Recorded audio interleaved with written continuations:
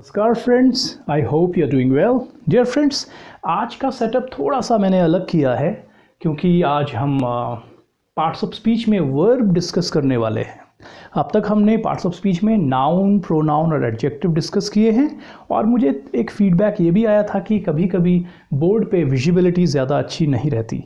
And as far as verb is concerned, जैसे कि मैंने पार्ट्स ऑफ स्पीच के लेक्चर में बताया था कि verb is the backbone of a sentence. Backbone of the sentence, it means we cannot frame any sentence without a verb. मैंने आपको बताया था कि बिना वर्ब के सेंटेंस नहीं बन सकता, कोई वाक्य बिना क्रिया के नहीं बन सकता। तो चलो वर्ब को डिस्कस करते हैं। ये वीडियो आज थोड़ा सा बड़ा हो सकता है क्योंकि मैं चाहूँगा कि वर्ब आप समझ जाओ वर्ब क्या है, क्योंकि अगर ये बैकबोन है, सेंटेंस में सबसे इंपॉर्टेंट पार्ट ऑफ स्पीच है, तो जाहिर सी बात है, ऑब्वियस सी बात है कि ये कॉम्प्लिकेटेड भी उतना ही होगा। तो आज थोड़ा देर तक हम इसको सीखने की कोशिश करेंगे एंड इस लेक्चर के बाद हम सेंटेंस फॉर्मेशन की तरफ जाएंगे। ऑलराइट, वर्ब मीन्स क्रिया। हिंदी में हम इसे क्रिया कहते हैं। बट प्लीज़ ये मत सोचना कि क्रिया का मतलब कोई कार्य करना है। It is any action. ये कोई एक्शन हो सकता है, कोई कार्य करना, कोई काम करना हो सकता है, बट ऐसा हमेशा ज़रूरी नहीं है। इस बात को समझने के लिए let me frame two sentences. मैं दो सेंटेंसेस बनाता हूं। नंबर 1,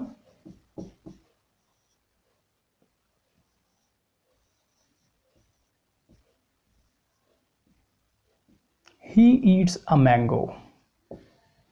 दूसरा सेंटेंस में बनाता हूं, ही इज a singer.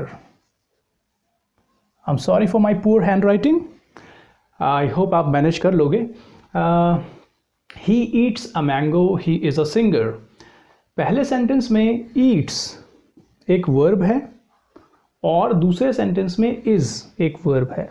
दोनों ही वर्ब हैं, लेकिन अगर आप ध्यान दोगे तो पहले सेंटेंस में eat मतलब खाने का काम हो रहा है, लेकिन दूसरे सेंटेंस में ही इज अ सिंगर कोई काम नहीं हो रहा है।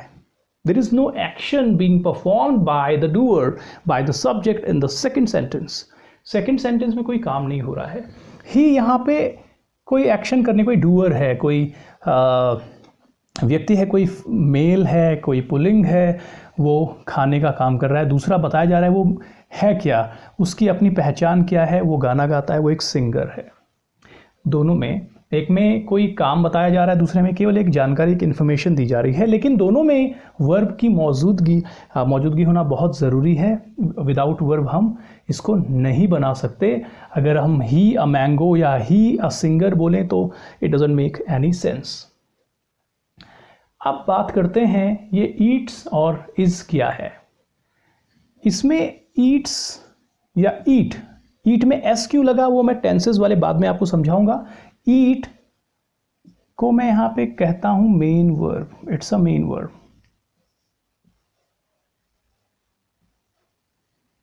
इज, दूसरे सेंटेंस में मैंने इज वर्ब का यूज किया है, इसको मैं कहूंगा हेल्पिंग वर्ब।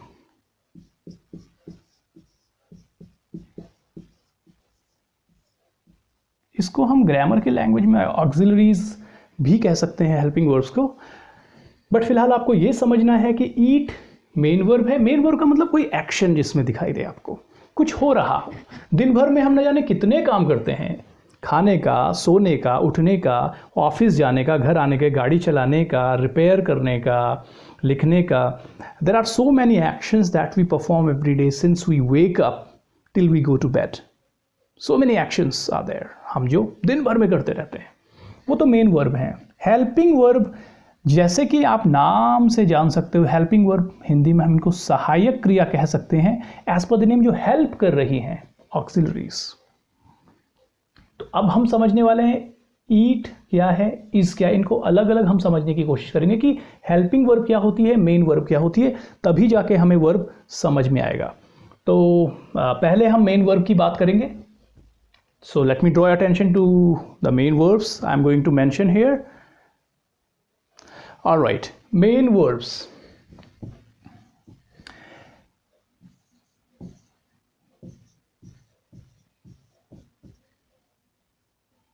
और ईट जैसे कि मैंने अभी यूज़ किया था, और इट कैन बी पुट और it can be read. Went, gone, second form slept, slept. Eat का ATE ate and EATEN eaten। Put का तीनों फॉर्म में पुट ही रहेगा। रीड में स्पेलिंग तो READ ही होती है तीनों फॉर्म में, लेकिन इसका उच्चारण जो प्रोनाउंसिएशन है वो हम कहते हैं रीड, रेड, रेड। इनको हम फर्स्ट, सेकंड, थर्ड फॉर्म के नाम से भी जानते हैं। First form, second form, third form. I am sorry for my poor hand writing again. मेरी हैंड राइटिंग बहुत अच्छी नहीं है, इसलिए आपको थोड़ा सा परेशानी हो सकती है, but please try to understand the content. हमें यहाँ पे कंटेंट समझने की कोशिश करनी है। So go, went, gone, sleep, slept, slept, eat, ate, eaten, put, read, read, read. ये आपने ज़रूर पढ़ा होगा अगर आपने इंग्लिश ग्रामर थोड़ा बहुत पढ़ी है। सबसे पहले यही सिखाया जाता है। मेन वर्ब का मतलब कोई एक्शन हो रहा है। इसकी सबसे अच्छी पहचान मैं आपको बताऊं, जिस किसी वर्ड के आगे आप ING लगा सको वो मेन वर्ब कहलाता है। Like go, going, sleep, sleeping, drink, eat, eating, put, putting, read, reading. आप ING लगा सकते हो, आपने सुना होगा ऐसा। मैं एक एग्जाम्पल यहाँ पे लिख लेता हूँ, बॉय। क्या आप बॉय के आगे ING लगा सकते हो? Boy, Boeing. कैन यू से बोइंग? नहीं, इसका मतलब ये वर्ब नहीं है। गुड, अगर एक वर्ड है गुड, गुड माने अच्छा, क्या आप गुड के आगे ING लगा सकते हो? गुडिंग? नो, इसका मतलब ये वर्ब नहीं है। तो वर्ब की आप अगर सबसे आसानी से अगर आप पहचान करना चाहो, I am talking about action verb, तो वो क्या होगी, इसमें अगर ING सूट कर रहा है, फिट बैठ रहा है, तब तो ये वर्ब है। अदरवाइज ये वर्ब नहीं है, ये कोई और पार्ट ऑफ स्पीच है, या ये कोई एडजेक्टिव होगा या कोई नाउन है। जैसे बॉय एक नाउन है, गुड एक एडजेक्टिव है। So go, went, gone, sleep, slept, slept, ये फॉर्म्स हमें याद होनी ही चाहिए। क्यों? क्योंकि इसका एक अपना महत्व है। जैसे कि आप देखोगे, I went to market, I go to market. जब मैं कहता हूं I went to market and I slept around 9 PM last night, तो आप कहोगे ये पास्ट टेंस है। I went, I slept, I cooked, I drank, I ate, ये सारे सेकंड फॉर्म पास्ट टेंस को दिखाते हैं। तो वर्ब की जो पहला जो कार्य है, वर्ब का जो पहला जो जॉब है सेंटेंस में, वो है टाइम बताने का। टाइम किससे पता चलेगा आपको? वर्ब से। टाइम का मतलब टेंस, प्रेजेंट अभी का टाइम, पास्ट जो पहले चला गया, फ्यूचर जो आने वाला है।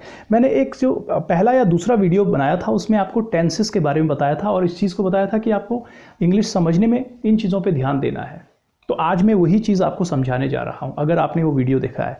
और आपसे ये भी रिक्वेस्ट है कि आप शुरुआत से हर एक वीडियो को देखते चले जाइए। If you watch the videos from the beginning, आपको काफ़ी सारी चीज़ें समझ में आ जाएंगी। ऑलराइट, तो टाइम का मतलब टेंस। टाइम कौन बताएगा? यहाँ पे वर्ब बता रहा है। मैंने सेंटेंस लिखा था ही ईट्स अ मैंगो, इसमें ही और मैंगो कोई टेंस टाइम नहीं बता सकता। ये वेंट या स्लेप्ट या एट ही बता सकता है आप कब की बात कर रहे हो। पुट और रीड, रेड के केस में क्या होगा वो हम आगे डिस्कस करेंगे टेंसेस वाले में।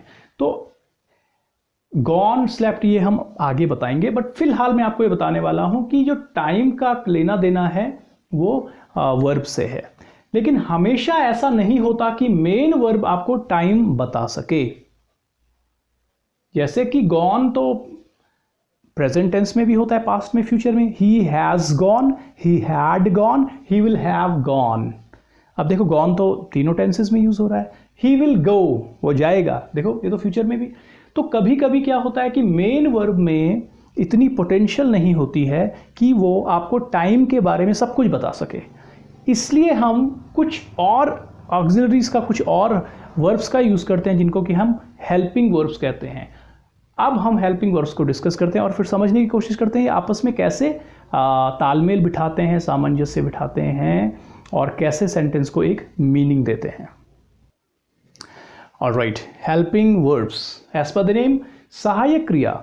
अब क्योंकि मेन वर्ब जो हमने अब तक डिस्कस किया गो, पुट, एट, हमेशा पूरा सेंटेंस आपको समझ में नहीं आएगा, तो इसमें हम हेल्पिंग वर्ब का यूज करते हैं। जैसे he is eating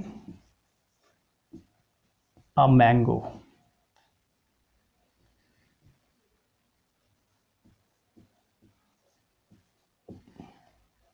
he is eating a mango. अगर मैं यहां पे वॉज लिखूं तो आपको क्या अंतर नजर आएगा? He was eating a mango, आप कहोगे सर पास्ट टेंस है जी। तो हेल्पिंग वर्ब क्या हेल्प कर रही है हमें? टाइम बताने में, टेंस बताने, क्योंकि यहाँ पे ईटिंग लिखा है मैंने, ईटिंग लिखने, ईटिंग तो ही वॉज ईटिंग, ईटिंग से टाइम का पता नहीं चल रहा है, तो हमने इज या वॉज से टाइम को दिखाने की कोशिश करी। तो जब मेन वर्ब, मेन जो एक्शन है वो आपको समझा नहीं पाए सेंटेंस में सारा मीनिंग, तो हम हेल्पिंग वर्ब की मदद लेते हैं, इसीलिए हेल्पिंग वर्ब्स होती हैं। अब हेल्पिंग वर्ब्स अगर सिंगुलर इज है तो इसका प्लूरल होता है आर, सिंगुलर अगर वॉज है तो इसका प्लूरल होता है वर, सिंगुलर अगर हैज है तो इसका प्लूरल होता है हैव। सिंगुलर मतलब एक वचन किसी एक चीज के लिए, प्लूरल मतलब बहुवचन। जैसे ही इज, कोई एक लड़का है, ही वॉज कोई एक था, और ही हैज, ये हम ही are, he were, he have नहीं कहते हैं। क्यों? क्योंकि ये प्लूरल के साथ यूज होता है। हम यहां पे दे का यूज कर सकते हैं या वी का यूज कर सकते हैं, वी आर, वी वर, क्योंकि ये एक से अधिक है, प्लूरल है। तो सिंगुलर के लिए ये हेल्पिंग वर्ब्स, प्लूरल के लिए ये। इनका पास्ट टेंस, जैसे हैज और हैव का पास्ट टेंस क्या होता है? हैड होता है। इस आर या वॉज वर्ब को हम फ्यूचर में ले जाएंगे तो हम इसको कहते हैं विल बी या शैल बी। ये हेल्पिंग वर्ब का रोल है।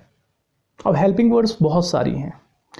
हेल्पिंग वर्ब्स और मेन वर्ब्स का आपस में जो कॉम्बिनेशन बनता है, एक सामंजस्य, एक तालमेल जो बनता है, उसको हम टेंस कहते हैं। और जब हम टेंसेस वाले जो पार्ट आगे हम लेके चलेंगे तो उसमें हम समझेंगे कि ये आपस में तालमेल कैसे बिठाते हैं। फिलहाल आपको ये समझना है कि हेल्पिंग वर्ब्स क्या है, मेन वर्ब्स क्या है, और इनका काम क्या है। इनका काम है सेंटेंस को मीनिंग देना और टाइम बताना। देखो, इस सिंगुलर बता रहे, आर प्लूरल बता, तो मतलब number, singular number, plural number. और टाइम क्या है, प्रेजेंट का है, पास्ट का या फ्यूचर का है, वो भी हमें वर्ब बता रही है। तो वर्ब का मतलब बैकबोन ऑफ द सेंटेंस। कैसे? क्योंकि हम ही अ मैंगो से कुछ पता नहीं चल रहा है, ही ईटिंग अ मैंगो से भी पता नहीं चल रहा है, ही इज अ मैंगो से भी कोई मीनिंग नहीं निकल के आ रहा है, he is eating a mango अभी ये मीनिंग बना रहा है। तो हेल्पिंग वर्ब और मेन वर्ब के कॉम्बिनेशन को हम टेंस कहते हैं। ये है एक और इन्फॉर्मेशन जो कि हम आगे डिस्कस करेंगे। I would like to ask you, if you have not understood something here, I'll be waiting for your comments. Friends, अपने comments ज़रूर लिखें, आपको कोई चीज़ समझ में नहीं आई है, और मैं कोशिश कर रहा हूँ कि बहुत आसानी से आपको सिखा सकूँ, इसीलिए मैंने आज बोर्ड का यूज़ किया है। ये भी फीडबैक दीजिए कि बोर्ड ज़्यादा अच्छा है या फिर आप चाहोगे कि इसमें फेस भी दिख रहा है। I'm trying to simplify the terms of grammar so that you can speak English fluently here. ठीक है। स्पोकन इंग्लिश में हिंदी मीडियम के जो स्टूडेंट्स हैं उनकी अक्सर ये कंप्लेन होती है कि हिंदी हम हिंदी स्कूल में पढ़े हैं, हिंदी मीडियम स्कूल में पढ़े हैं, तो हम इंग्लिश कैसे फ्लुएंटली बोलेंगे। या फिर वो कोई 12वीं करने के बाद, 12th करने के बाद जब किसी इंग्लिश मीडियम कॉलेज में या इंजीनियरिंग करना चाहते हैं या कोई भी कोर्स, तो उसमें सारी बुक्स इंग्लिश की होती हैं, तो कम्युनिकेशन में, बोलने में हम इंग्लिश में कैसे फ्लुएंट हो जाएं और कैसे अपना इम्प्रेशन रख पाएँ सोसाइटी में। उनके लिए घबराने की ज़रूरत नहीं, उनके लिए मैं ये वीडियोस बना रहा हूँ। माय डियर फ्रेंड्स, मैं खुद एक हिंदी मीडियम से हूँ और इसलिए मैं जानता हूँ कि इंग्लिश फ्लुएंटली ना बोल पाना अपने आप में एक वीकनेस है, और इस स्ट्रगल में मैं आपके साथ हूँ और आपकी हेल्प करता रहूँगा। इस वीडियो को आप देखिए, इसके अलावा जो इससे पहले वाले वीडियोस हैं उनको भी आप देखिए, और सब्सक्राइब कीजिए इस चैनल को, ज़्यादा से ज़्यादा उन लोगों तक पहुँचाएँ जो हिंदी मीडियम के हैं और सीखना चाहते हैं। Thank you very much, have a good day.